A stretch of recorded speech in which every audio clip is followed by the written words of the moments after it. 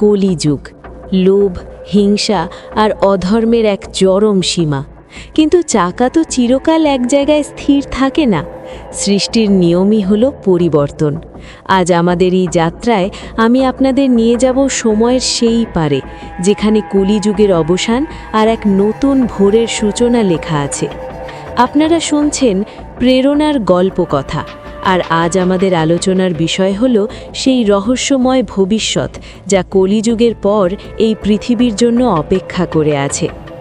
পুরাণ বলছে কলিযুগের শেষ সময়টা হবে অত্যন্ত ভয়ঙ্কর। মানুষের আয়ু কমে আসবে, প্রকৃতির ভারসাম্য নষ্ট হবে, আর সত্য কথা বলাটা হয়ে দাঁড়াবে এক মস্ত অপরাধ। কিন্তু ঠিক যখন মনে হবে আর কোনো আশা নেই, যখন পৃথিবী অধর্মের ভারে নুইয়ে পড়বে, তখনই মহাকালের গর্ভ থেকে জন্ম নেবে এক নতুন সম্ভাবনা। বিষ্ণু পুরাণ এবং শ্রীমদ্ ভাগবতের পাতায় চোখ রাখলে দেখা যায় কলিযুগের অবসানে আবির্ভূত হবেন ভগবান কল্কি। সম্বল গ্রামে তার জন্ম হবে, আর তিনি শ্বেত ঘোড়ায় চড়ে হাতে খোলা তলোয়ার নিয়ে এই ধরণীকে পাপ মুক্ত করবেন।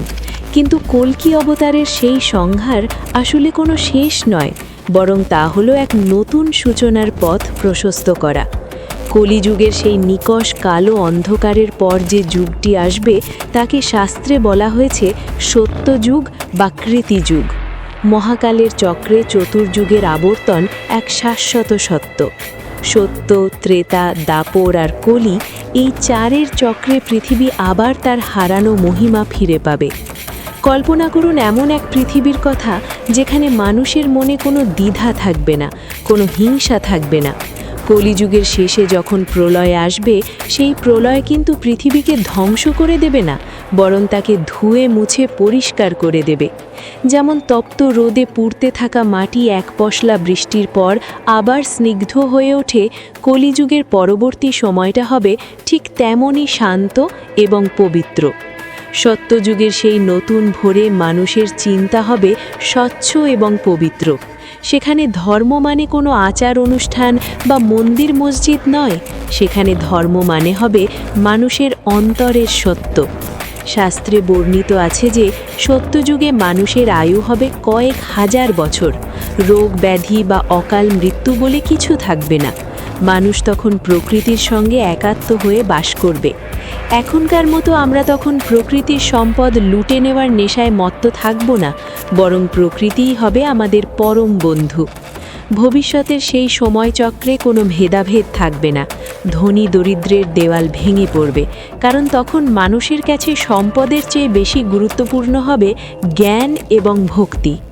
অনেকে হয়তো ভাবছেন এ তো এক রূপকথার গল্প, কিন্তু হিন্দু শাস্ত্রের কালগণনা বলছে সময় হলো বৃত্তাকার, যা গিয়েছে তা আবার ফিরে আসবেই।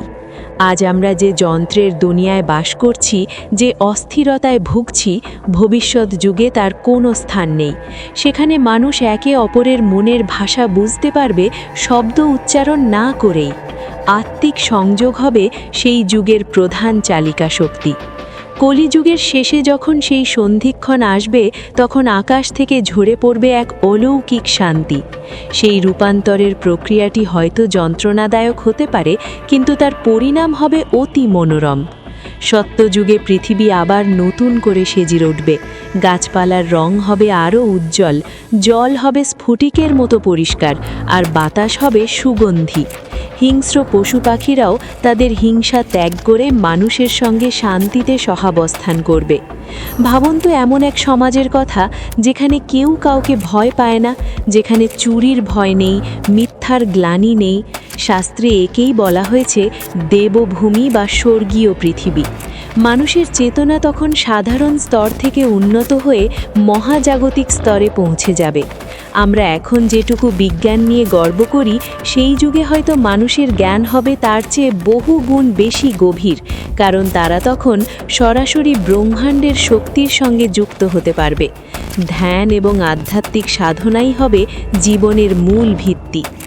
অনেকে প্রশ্ন করেন, কলিযুগ তো এখনও অনেক বাকি, তবে কি আমাদের বর্তমান প্রজন্মের জন্য কোনো আশা নেই? উত্তরটা হলো, সেই ভবিষ্যৎ যুগের বীজ আমাদের মধ্যেই লুকিয়ে আছে।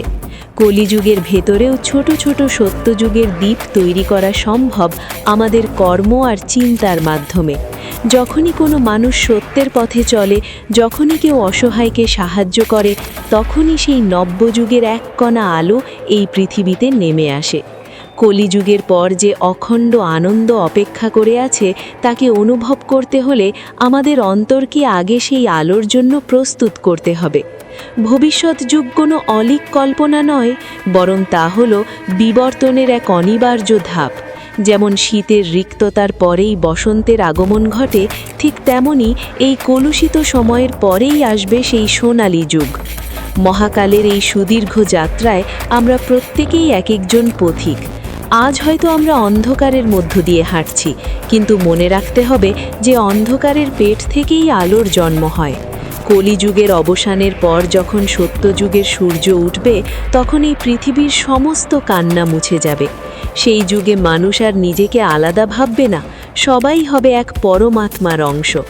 ত্যাগের আনন্দ ভোগবাদী সুখের চেয়ে অনেক বড় হয়ে দেখা দেবে।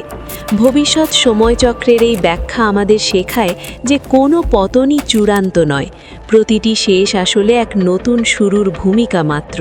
সৃষ্টির এই অমোঘ লীলা চলতেই থাকবে। তাই ভবিষ্যতে সেই সুন্দর পৃথিবীর স্বপ্ন বুকে নিয়ে আমাদের আজকের দিনটি যাপন করতে হবে।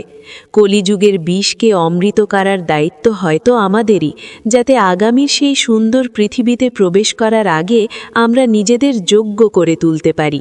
মহাকালের সেই ডাক কি আপনারা শুনতে পাচ্ছেন? সেই ডাক বলছে, জেগে ওঠো, কারণ সুপ্রভাত খুব বেশি দূরে নেই। আমি কি আপনার পরবর্তী ভিডিওর জন্য এই ভবিষ্যৎ যুগের নির্দিষ্ট কোনো অবতার বা বিশেষ কোনো পৌরাণিক ঘটনার বিস্তারিত স্ক্রিপ্ট তৈরি করে দেব?